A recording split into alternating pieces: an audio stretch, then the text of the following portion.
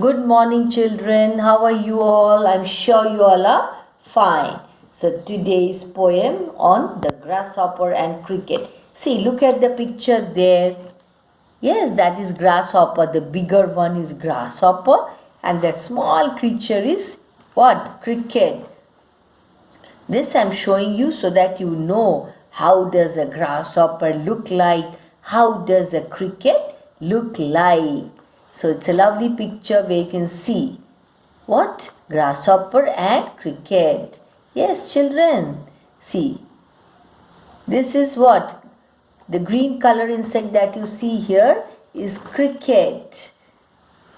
Understood? How does a cricket look like? What is a cricket? Once again, I'll show you. See, that's the grasshopper, the bigger one, and the smaller one here, that's the cricket. One more picture of cricket. See that green color insect, that is the cricket. So you understood? How does a cricket look like? How does a grasshopper look like? Now about the poet. Who's the poet of this poem? John Keats. See, that's the picture of the poet, John Keats. Now about the poet. John Keats, that is his name.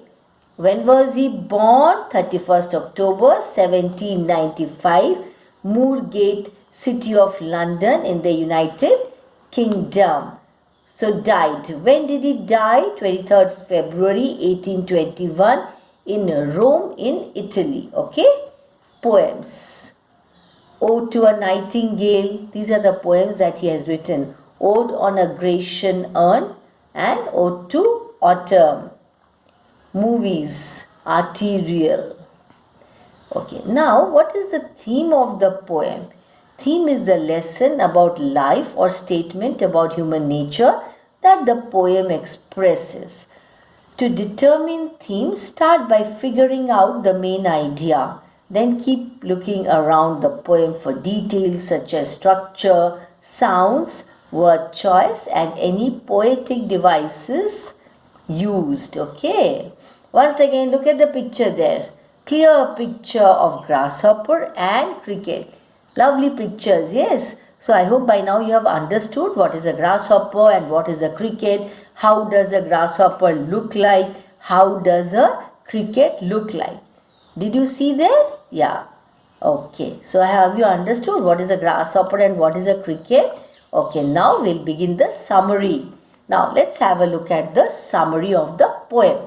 This nature poem draws attention to musical notes of birds and insects going on forever. This music is provided by the grasshopper on hot summer noon and by the cricket in cold winter. Thus, every season has its own kind of joy and music. On a hot summer day, the birds seek shelter in the cool shade of trees, but it is time for merrymaking for the grasshopper. He flies from one fence to another, singing all the time. When he is weary of singing, weary means tired, he rests under some wild plant. The birds remain silent and hide in winter. Also, on a frosty day, there is utter silence on all sides. Why? Because it is too much cold. Then suddenly the silence is broken by the song of a cricket. Its voice comes from a pile of stones. That means it is hiding there. Thus, the music of earth is endless. To a person feeling sleepy, the cricket sound appears to be coming from distant grassy hills. What is the impact of cricket and grasshopper music? Both the grasshopper and the cricket are the representative voices of nature's music or poetry. That is, they represent the music or poetry found in nature. Both offer a soothing effect after extremities of climate. That means too much of heat, too much of cold. That is called extremities of climate. The grasshopper song balances the extreme heat during the summer by providing music that is comforting and pleasing. Pleasing means that which makes one happy. The cricket does the same during winter season.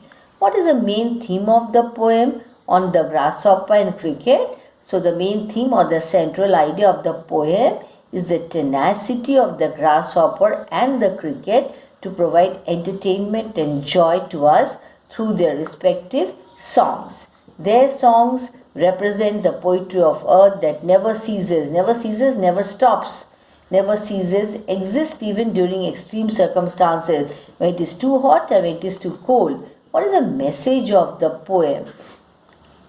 The moral or message of this poem is presented to us straightforwardly in the third stanza, which offers a sort of summary or conclusion to what has come before. Okay, now we'll have a look at the question. What is the meaning of the line, "The poetry of earth is never dead"? The poet wanted to say that the poetry of nature is never going to end. That means it goes on non-stop. It doesn't stop at all. No matter what the season is, whether it is the sweltering summer, very hot summer, or the harsh cold winter, the music and the poetry of the nature is never dead. See children, nature has so many seasons, okay? And every season has its own beauty, has its own joy, and you get to hear the sound or the noise of different insects in different seasons. That is what the poet is trying to bring out here. Okay, the next question. What is the main theme of the poem? The main theme of the poem is that poetry and music in nature do not perish. That means it is not destroyed. Third one, where do birds take rest in hot summer day? The birds took rest under shady trees to secure themselves to keep themselves protected. So, why do they take rest under shady trees, the birds? To keep themselves protected from the scorching heat of the sun. Now the next one, where do grasshoppers take rest where do grasshoppers take rest when they are tired? When grasshoppers became tired. When grasshoppers are tired, they rest beneath some pleasant weeds. The unwanted plants are called the weeds. In which season cricket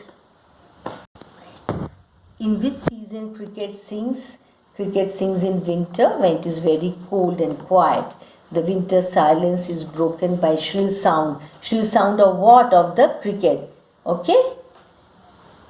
Next, the poetry of earth is not made of words. What is it made of?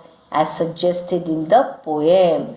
The poetry of earth is not made of words, but it is made of songs of a grasshopper and the cricket. Thus, it is made by the music sung by these insects. Okay, now the next question. Find in the poem lines that match the following. The grasshopper's happiness never comes to an end. The cricket song has a warmth that never decreases. So what's the answer? In summer luxury he has never done with his delights. And the next one, the cricket song, in warmth increasing ever. These two lines. Yes? I hope you understood. Okay, next question. Which word in stanza 2 is opposite in meaning to the frost? The word frost in stanza 2 differs in meaning to word grassy. So which is the word?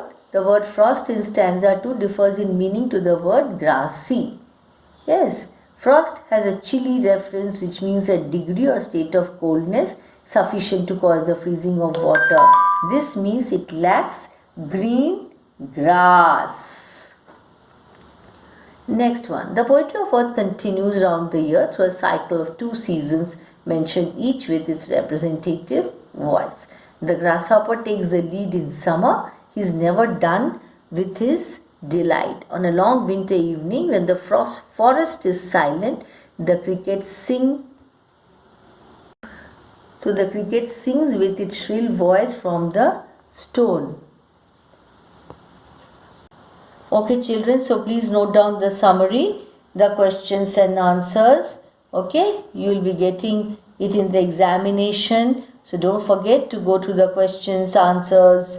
Yes, the summary. This is your assignment. You have to note down the summary and the questions and answers. So that's all. Thank you.